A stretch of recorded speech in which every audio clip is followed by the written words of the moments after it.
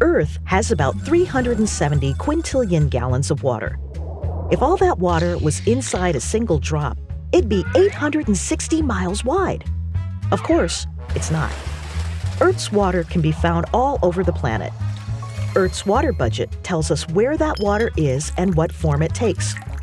Just like you might have some money in your wallet, some saved in the bank, or some in a long-term investment, Earth's water is spread across lakes, rivers, glaciers, oceans, and groundwater, with some being easier to access and use, and some, well, not so much. So where is all 370 quintillion gallons of water? And how much can we use for drinking, growing food, and daily life?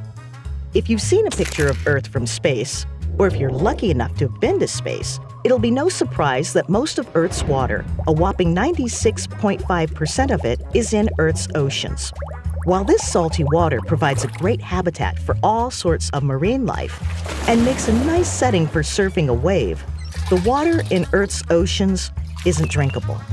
That means just 3.5% of Earth's water is fresh and might be used for drinking or watering crops. Might is the important word here. Nearly half of Earth's fresh water is frozen solid in glaciers, ice caps, and permanent snowpack, making it pretty tough to access as usable water. The next most abundant source of fresh water is what's known as groundwater. As water seeps into the ground from above, it fills the cracks, pores, and spaces between bits of rock. If you look deep enough, you might find that all the space between rock particles has been filled, forming an aquifer. Aquifers store huge amounts of water that can be pumped out to the surface for drinking water and irrigating crops. Like a savings account, it can take a long time, even centuries, for groundwater to accumulate. That leaves just 0.1% of all water that isn't salty ocean water or fresh water that's frozen or buried in the ground. If you were looking for easy access to what remains, think again. Most of this tiny fraction of Earth's water is frozen as permafrost. Some exists as moisture in the soil, a bit is in the atmosphere as water vapor, and some makes up the water that exists within living creatures. Just 0.01% of all water on Earth is on the surface in lakes, rivers, swamps, and marshes.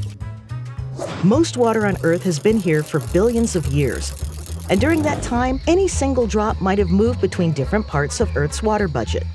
Moving from one part of the budget to another, a process known as the water cycle, can happen quickly, like when water evaporates from a lake and moves to the atmosphere.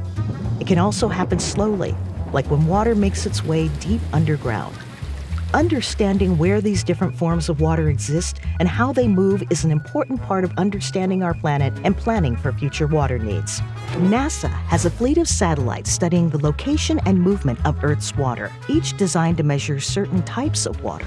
Some measure the movement of groundwater or ocean currents, while new missions like SWOT and NISAR will also fill gaps in our knowledge by measuring fresh water and possible hazards. Together, these missions help bring NASA's water budget and cycle into focus. So next time you feel a drop of rain on your face, imagine all the places that water might have been during the last few billion years and where it might be in the next.